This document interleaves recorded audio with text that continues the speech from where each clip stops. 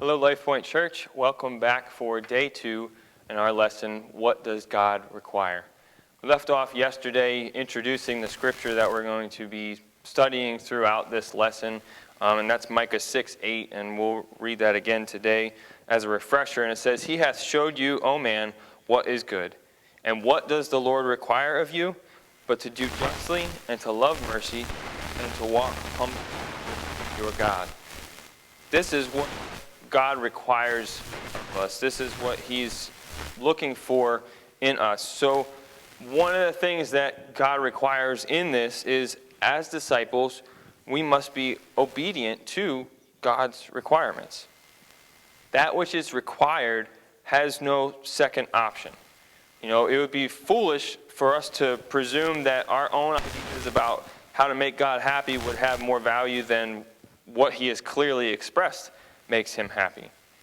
At times, the conversations about what God requires can get confused with human preferences or even human ambitions to control what God requires.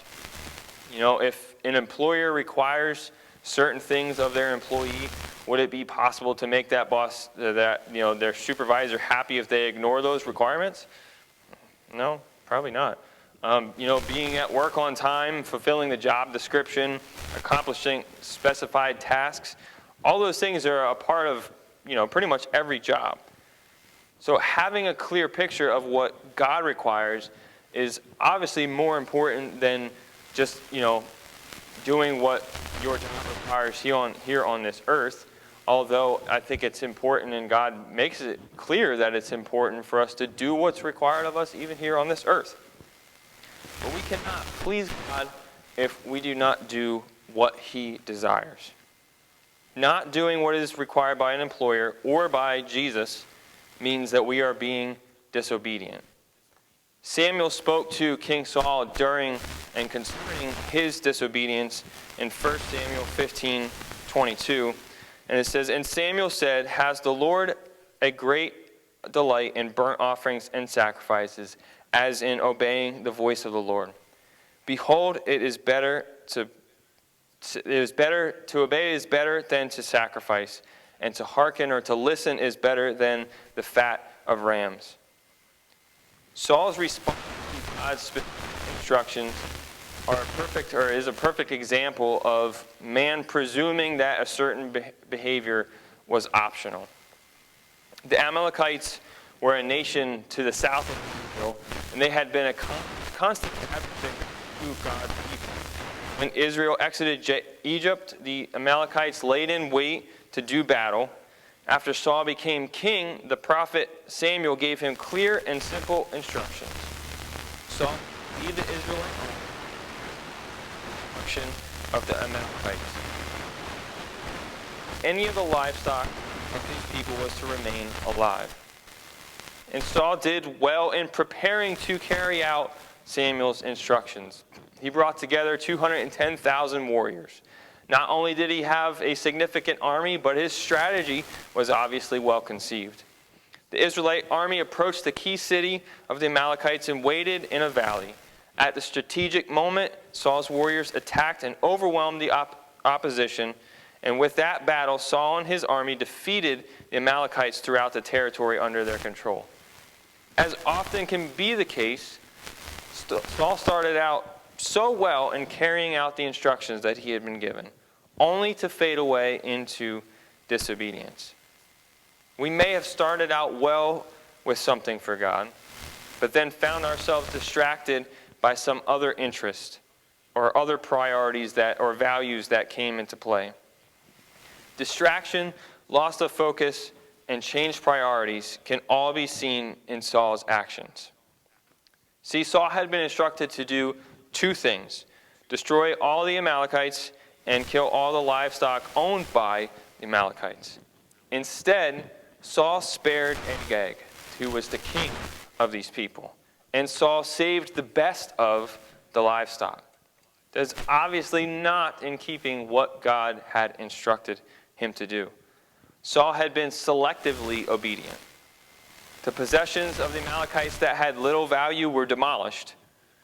average citizens and even exceptional citizens of the Amalekites had been destroyed, but the king of the Amalekites and the best of the livestock were kept. Saul had been disobedient to a direct and a very clear instruction from God. Why would a man who had been so blessed of God make such a mistake? In regard to sparing King Agag, it may have been, kind of based on King Saul's ego. It was custom of the time for a victorious king to keep the defeated king as a testimony to his success.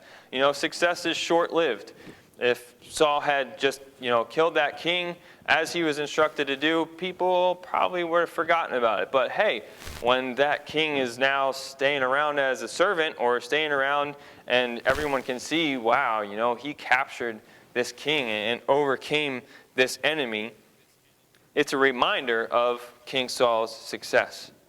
Additionally, keeping the best livestock just made good economic sense, right? The measure of a man, even a king, was in the numbering of his herds and flocks. And the best of the Amalekites' livestock and the best of King Saul's livestock and herds would intermingle, and they would grow and expand with good, healthy livestock. And everything would be increased in number and improved in their quality and their quantity. Saul had heard a direct requirement from God, but Saul's own ambition for significance and wealth got in the way of doing what it took to please God.